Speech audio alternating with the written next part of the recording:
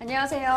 있는 그대로 날 것을 보여드리는 한국 여론방송에서 가장 최근의 이슈를 다뤄보기 위해 마련한 이슈 포커스 시간입니다. 세월호 참사 당시 청와대와 해경 간 한라인 녹취록이 공개됐습니다. 사고 초기 구조자 수도 제대로 보고받지 못한 청와대는 컨트롤타워 기능을 잃고 대통령 보고에만 신경 썼던 것으로 드러났습니다. 이런 상황 속에서도 해경은 민간업체 언딘에만 매달리고 가족들 눈가림에만 급급했습니다. 정부의 무능이 그대로 드러나면서 세월호 참사는 피할 수 없었던 비극인 것으로 드러났습니다.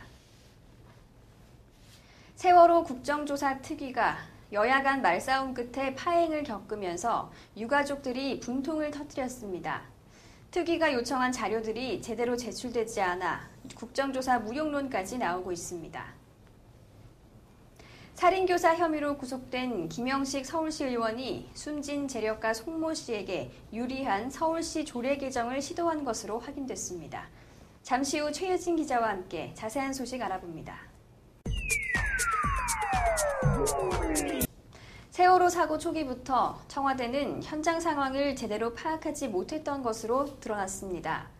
이미 수백 명의 승객이 갇힌 채 세월호가 가라앉을 시간에 청와대는 단 한 명의 인명피해가 발생하지 않도록 하라는 지시를 했던 것으로 드러났는데요. 최혜진 기자, 어떤 내용인지 자세히 알려주시죠. 세월호 침몰 현장에서 구조 작업을 벌이던 해경 1, 2, 3정에서 단원고 학생들 상당수가 갇혔다는 보고가 전파되던 시간, 청와대에서는 해경청장에게 어이없는 지시를 합니다.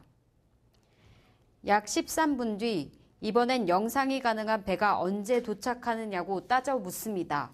예, 사무장입니다. 예, 안보실 상관장입니다. 예, 안녕하십니까. 그 영상 가능한 함정 얼마나 떨어져 있습니까? 15마일 떨어져 있습니다. 15마일. 예, 예. 도착 예정 시간은요?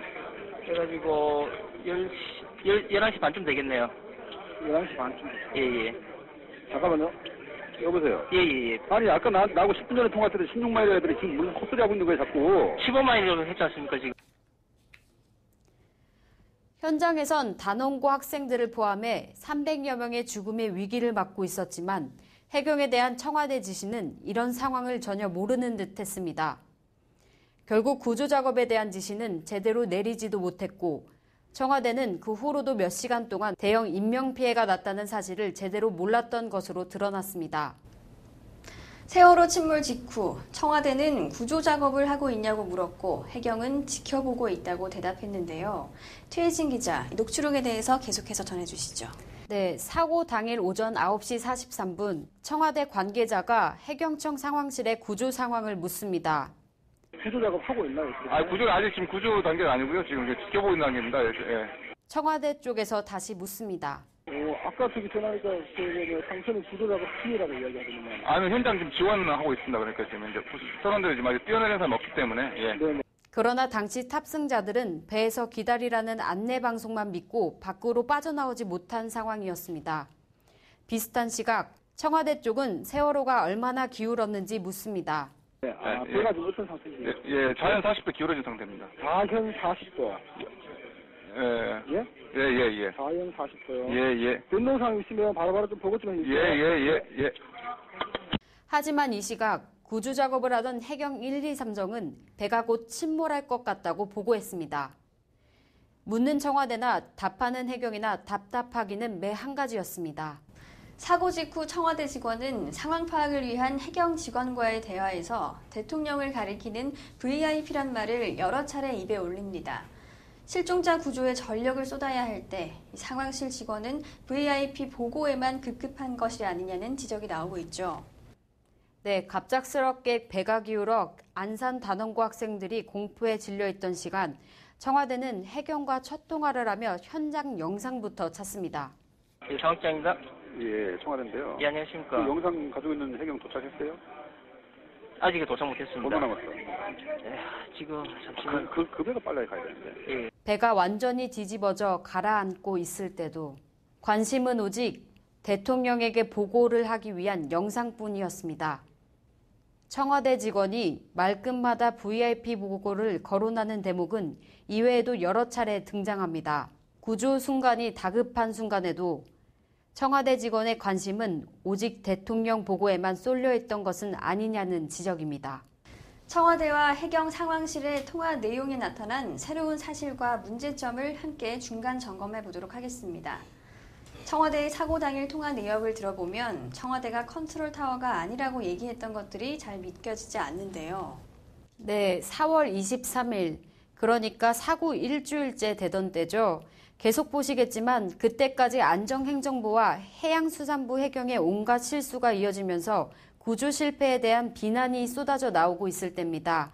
당시 언론이 청와대가 컨트롤 타워 역할을 제대로 하지 못했다는 지적을 했더니 김장수 당시 국가안보실장은 청와대는 이런 재난의 컨트롤 타워가 아니다라고 밝혔습니다. 국가안보실은 통일안보 국방정보의 컨트롤 타워 역할만 한다고 밝혔던 거죠. 참사에 대한 책임에서 빠지려고 하는 게 아니냐는 비난이 쏟아지고 있습니다. 1시간 뒤쯤에는 다시 청와대가 전화를 걸어서 VIP의 메시지라면서 전파를 합니다. 단 한 명도 인명피해가 없도록 해라. 여객선 내를 철저히 확인해서 인원 누락이 없도록 해라. 이런 내용을 받아 적으라고까지 했다고 합니다. 결국은 컨트롤 타워 역할을 초기에 적극적으로 하려던 모습이 아니냐 하는 것도 보실 수 있습니다. 사고 다음 날에도 청와대가 해경의 보고를 받고 지시하는 게 계속 이어지고 있다면서요? 네, 다음 날인 4월 17일에도 계속 통화가 이어지는데요. 들어보시죠. 너무 위험하게는 수선 접근은 하지 말아야 되는데 일단은 상황이 만큼 해가지고 예. 좀 무리를 하더라도 지금 너무 무리하면 하고 있는데 하더라도 사고 나버리면 안 될 것 같아서 그러니까 그게 보고가 되더라도 예. 좀 수도는 좋다. 예, 계속 하고 있습니다. 계속 해가지고 좀 현장에서는 좀 세게 밀어붙이고 있습니다. 좀. 또 거기서 또 사망자 나면 안 되니까. 예. 고생이 많습니다. 예. 일단 40분에 다시 봐주겠습니다. 보시는 것처럼 구조 작업에 대한 디테일인데 구체적인 작업까지 보고를 받고 지시하는 내용을 볼 수 있습니다. 역시 4월 17일 오후에는 이런 통화도 있었습니다. 김장수 실장이 보고서 내용을 독촉하고 있는 모습인데요. 청와대가 참사 일주일 후에 컨트롤 타워가 아니다라고 했지만 당시에는 왜 이렇게 보고서가 안 오냐는 질책을 했다고 합니다. 컨트롤 타워 역할을 적극적으로 하고 있다는 것을 확인할 수 있었던 대목입니다.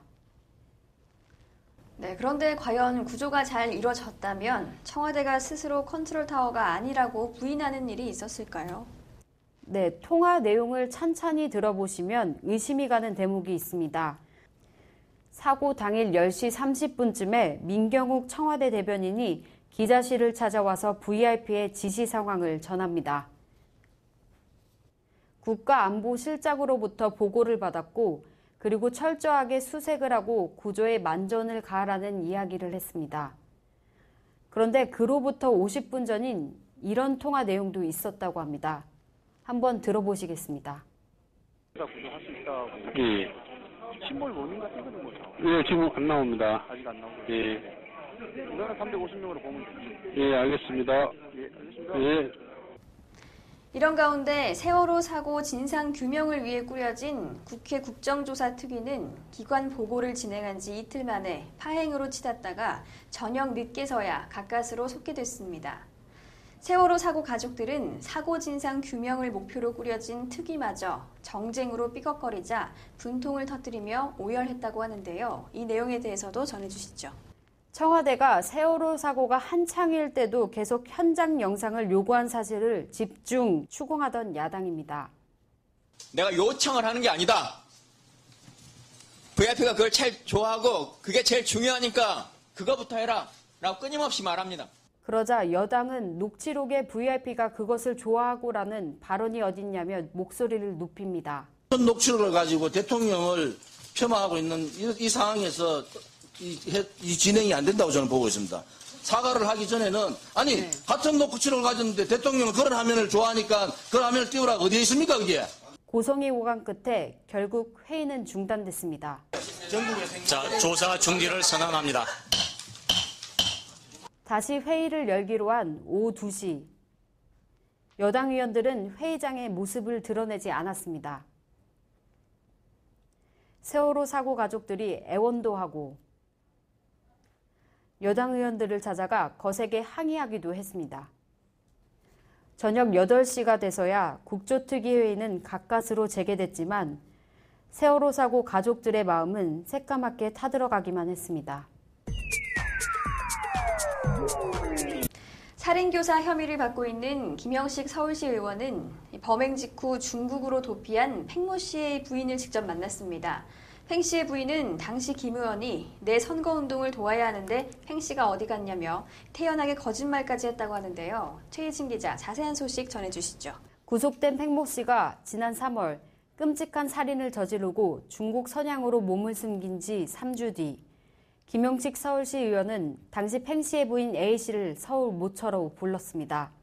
A 씨는 김 의원이 당시 남편의 범행을 몰랐던 자신에게 남편이 사체를 잘못 써 중국으로 도피한 것으로 안다며 내 선거도 도와주고 해야 하는데 라며 여유 있게 말했다고 밝혔습니다.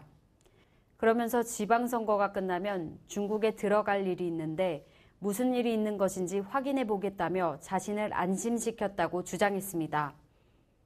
살인교사 혐의를 받고 있는 김 의원이 태연하게 범행을 숨기려고 한 정황으로 볼 수 있는 대목입니다. 한편 김 의원이 살해된 송 씨로부터 받은 5억 2천만 원이 부동산 용도 변경 편의를 봐주는 대가로 제공된 뇌물이라는 정황도 속속 드러나고 있습니다. 특히 경찰은 송 씨가 평소 김 의원의 도움을 받아 용도 변경 문제가 곧 해결될 수 있다고 말했다는 지인들의 진술을 확보했습니다. 네, 김영식 의원이 숨진 재력가 송모 씨의 부동산 용도 변경을 시도했다는 말씀 해주셨는데요. 자세하게 좀 설명해 주시죠. 김영식 의원이 재력가 송모 씨로부터 5억 원을 받았는데요. 송 씨를 청부살인했다면 이 돈은 원인이 되지 않을까 이런 추측이 나오고 있습니다. 사건을 수사 중인 강서경찰서는 김 씨와 숨진 송 씨를 연결하는 핵심 연결고리로 서울 내발산동에 있는 순봉 빌딩으로 보고 있습니다.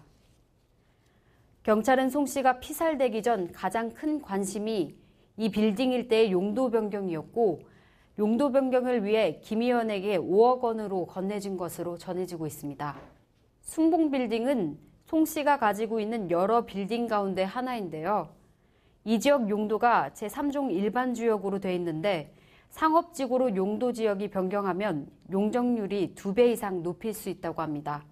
경찰은 숨진 송 씨의 가족과 지인들로부터 얻은 진술과 순봉 빌딩의 증축 설계도 등을 토대로 이같이 보고 있습니다. 이와 함께 실제 김 의원이 송 씨에게 유리한 서울시 조례 개정을 시도한 사실이 드러났다면서요? 그렇습니다. 송 씨가 2012년 서울 강서구 염창동 70번지 일대 2,923제곱미터를 경매로 매입했는데요. 김영식 의원이 지난해 4월 이 일대 토지 용지에 대한 조례 개정을 발의했습니다. 이 지역은 주택과 산업지역이 혼합된 중공업 지역으로 공동주택과 오피스텔, 고시원만 지을 수 있는 곳입니다. 그런데 호텔급 레지던스, 고급 숙박시설까지 지을 수 있도록 서울시 조례안을 개정 시도한 것입니다. 하지만 개정안은 주거 환경과 형평성에 문제가 생길 수 있다며 서울시와 강서구가 반대로 통과하지 못했습니다. 김 의원이 만약 개정안을 통과했다면 송 씨의 땅의 가치는 아마 급상승했을 것으로 보입니다. 앞서 말씀드린 내발산동의 빌딩의 용도 변경과 염창동 일대 개정안이 통과됐다면 송 씨의 재산 가치는 3천억 원에서 1조 원대가 됐을 것으로 보입니다. 네, 송 씨로부터 용도 변경과 조례 개정 등을 해주는 대가로 5억 원을 받았다가 무산되자 살해했다. 쉽게 이해되지 않는 부분도 있는데요. 그렇다면 현재 김영식 의원은 송 씨를 청부 살해한 혐의를 인정하고 있나요? 아닙니다. 김 의원은 현재 경찰서에서 묵비권 행세를 하고 있습니다. 며칠 전까지만 해도 집 앞 공중전화나 대포폰으로 팽 씨에게 연락을 하긴 했지만 그냥 친구 안부 전화였다고 말하는 등 범행을 적극적으로 부인하고 현재는 묵비권으로 일관하고 있습니다. 그런데 관심이 가는 부분이 있는데요. 팽 씨가 송 씨를 살해한 뒤에 김 의원에게 느낌표만 적은 문자 메시지를 보냈다고 합니다. 네, 경찰은 김 씨와 팽 씨의 두 사람이 송 씨를 살인에 성공하면 느낌표, 실패하면 물음표를 보내기로 약속했다고 하는데요.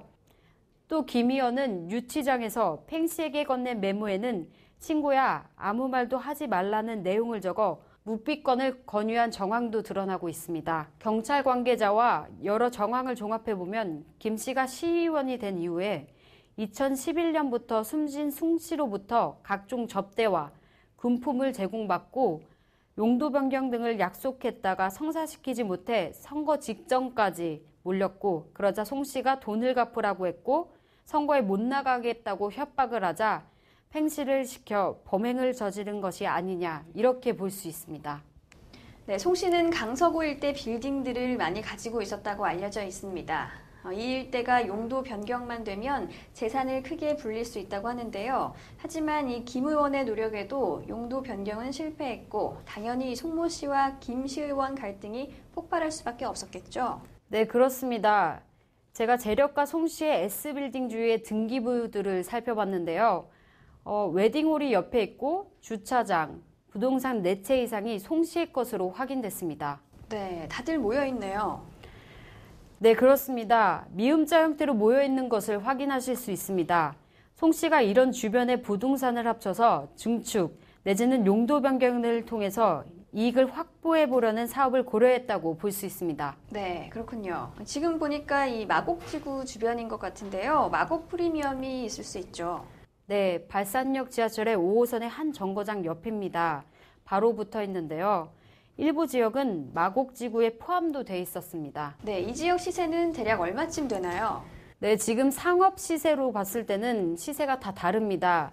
예를 들어 강남 뉴욕제가 같은 경우에는 3.3제곱미터당 5억 1,700만 원대고요. 최고 중심 상업지역인 명동 같은 경우에는 6억 정도 합니다. 마곡지구는 중심지는 아니지만 역세권이라는 것을 감안해야 하고 상업지구에는 있지만 일반 주거지역으로 보여집니다. 이렇게 봤을 때 현재 시세는 3.3제곱미터당 4천만 원에서 5천만 원 사이로 보실 수 있습니다. 네, 마곡지구면 당시 서울의 마지막으로 남아있는 개발지역이라고 알려져 있는데요. 그래서 이 사람들이 많이 관심을 가졌던 지역이죠. 네, 마곡 지역이 최근 서울에서 가장 핫한 지역으로 부상하고 있는데요. 첨단산업과 공항과 가깝고 아파트 분양이 쭉 있어 왔습니다. 최근에 흥미로운 점은 이 마곡 지역 아파트 분양가의 프리미엄가가 1억 원 이상이 올랐다고 하는데요. 그 정도로 여기에 개발 기대감이 높고 이 지역의 땅값과 부동산이 뜨고 있다고 합니다. 네, 숨진 송모 씨가 김 의원에게 땅의 용도 변경을 이야기했을 것이다 라는 의혹이 있기 때문에 계속해서 말씀드리고 있는데요. 김영식 의원이 서울시정 활동 당시 마곡지구에 대해 언급했던 말이 많았습니다. 그 부분 들어보고 오겠습니다. 그 전에 먼저 저에게는 좀 꿈이 있었습니다. 그것은 마곡 산업단지를 세계 최초의 융복합 연구단지로 만드는 꿈이었습니다. 그것은 단지 저 개인만의 꿈이 아니라 사실은 마곡 산업단지의 조성 계획이기도 합니다. 융복합 연구를 위해 연구단지를 조성하려는 것이라면 100만 평 중에 6만 평을 가지고 마곡은, 아니 우리 서울은 전 세계 과학기술인들의 관심사이자 모든 선진국들의 소망인 융복합 연구단지를 세계 최초로 가질 수 있기 때문이었습니다. 네, 마곡 산업단지, 이 마곡을 개발시키는 데 꿈이 있었다 그런 말을 하는데요. 지금 피살된 송 씨가 이 일대를 중심으로 해서 용도 변경에 대해 관심이 많았던 것이고 결국에는 뭔가 이유가 있었던 거죠. 네, 그렇습니다. 일단 용적률이라고 하죠. 땅의 넓이에 대한 건축 연면적의 한도가 일반 주거지역에서 마곡 지역이 300%입니다. 그런데 용도를 변경하게 되면 300%에서 600%로 이상 부풀릴 수 있게 되는 겁니다. 그렇게 되면 건물을 굉장히 크게 올릴 수가 있고 여러 가지 상업시설들도 올라올 수 있기 때문에 투자 이익을 기대할 수 있는 상황입니다. 네, 이 용적률이라면 높게 지을 수 있다는 거죠. 예를 들면 이 4층 높이라면 15층 높이로 세우는 그런 경우를 말하는 거죠. 네, 그렇습니다. 네, 송 씨의 재산이 지금 3천억 원으로 알려지고 있는데요. 만약에 용도 변경 관련된 조례가 통과됐다면 얼마나 더 늘어날 수 있었을까요? 네, 용도 변경이 이루어지면 보통 용적률 차이는 있습니다만 최소 2~3배 이상의 땅값 상승을 보고 있습니다. 이 땅의 면적이 1,000평이 이상 넘는 걸로 알고 있는데 3.3제곱미터당 5천만 원으로만 계산해도 굉장합니다. 두세 배, 많게는 4배까지 올라간다고 하는데요. 3천억 원대의 송모 씨의 재산이 용도 변경을 성공했더라면 1조 정도의 재산가로 로또보다 더한 대박을 맞을 거라는 이야기도 있었습니다. 네, 그러니까 일반 주거지로 볼 때 3.3제곱미터당 약 5천만 원인데 그게 만약에 상업지구가 됐다면 1억 5천까지도 갈 것이라는 말씀이시죠? 네, 1억 정도는 상회할 가능성이 있다고 봅니다. 언론이나 국민들이 5억 원의 대가가 굉장히 크다고 보시는데요. 하지만 사실은 이 숨진 송 씨가 가져갈 돈은 엄청납니다. 네, 그런데 실제로 지난 4월에 김영식 의원이 건설공가위 소속으로 있었고 그때 용도 변경으로 관련된 서울시 조례안 개정을 시도했다는 거죠. 네, 그렇습니다. 경찰에 따르면 강서구청 등에서 용도 변경 논의는 있었던 것으로 보이는데요. 근데 작년 말에 최종 무산이 됐습니다. 그래서 압박을 받을 거라는 개연성이 나오고 있습니다. 네, 그때 왜 통과를 못했던 건가요? 네, 그때 구청과 시 측에서 형평성의 문제로 통과되지 못했습니다. 또 호텔이나 유흥업체들을 지을 수 있어서 민원 가능성이 있습니다. 그래서 용도 변경은 무산이 됐습니다. 네, 실제로 서울시의 용도 변경 사례가 많은 편인가요? 사실 서울시 도시계획위원회에 용도 변경이 굉장히 많이 신청되고 있다고 합니다. 그러나 통과할 확률은 굉장히 낮다고 하는데요. 그 이유로는 두 가지가 있다고 합니다. 지구 단위 계획이라는 절차를 거치게 되는데 이 경우에는 그런 절차가 아니라 개별 물건으로 용도 변경 신청을 한 겁니다. 이것은 도시계획위원회들이 받아들이기 어렵다고 합니다. 네, 숨진 송 씨와 오랫동안 일해온 한 건축사의 진술이 나왔다고 하는데요. 김 의원이 6.4 지방선거 전까지는 그 건물에 대해 용도 변경을 해주기로 했다는데 사전 약속이 있었나 보죠? 살해된 송모 씨가 건축사에게 증축이 가능할 거니까 설계 변경을 준비하라면서 수차례 설계 변경 도면을 준비했다고 합니다. 네, 수사도 마곡지구 주변과 관련해서 진행되고 있는 거죠? 네, 그렇습니다. 5억 원을 대가로 용도 변경의 진술들을 바탕으로 해서 개연성이 크다고 보고 있습니다. 네, 실제로 건축사가 이 호텔 용도로 설계도 했다고 하고 또 용도 변경이 될 거라고 철석같이 믿고 있었는데 실패하자 5억 원을 내놓으라고 할 수도 있고 또 그 상황에서 살인교사도 했었을 수 있다 이런 말씀이시죠? 네, 연결고리가 충분하다는 시각입니다. 네, 이렇게 시의원들이 마음만 먹으면 부동산과 관련된 이권 개입이 가능한 건가요? 네, 시의원들의 영향이 크다고 볼 수 있는데요. 서울시 같은 경우에 새정치연합이었는데 같은 여당의 시의원은 비교적 힘이 세다고 할 수 있습니다. 시의원이 의지를 가지고 어떻게 설득을 하냐에 따라서 달라집니다. 김영식 서울시의원 살인교사 사건. 이 사건이 단순히 5억 원을 둘러싼 채권 채무 관계에서 발생한 사건으로 머물 것 같지는 않습니다. 앞으로 수사 상황을 계속 지켜봐야 할 것 같습니다. 있는 그대로 날 것을 보여드리는 한국 여론방송 이슈포커스 여기서 마칩니다. 시청해주신 여러분 고맙습니다.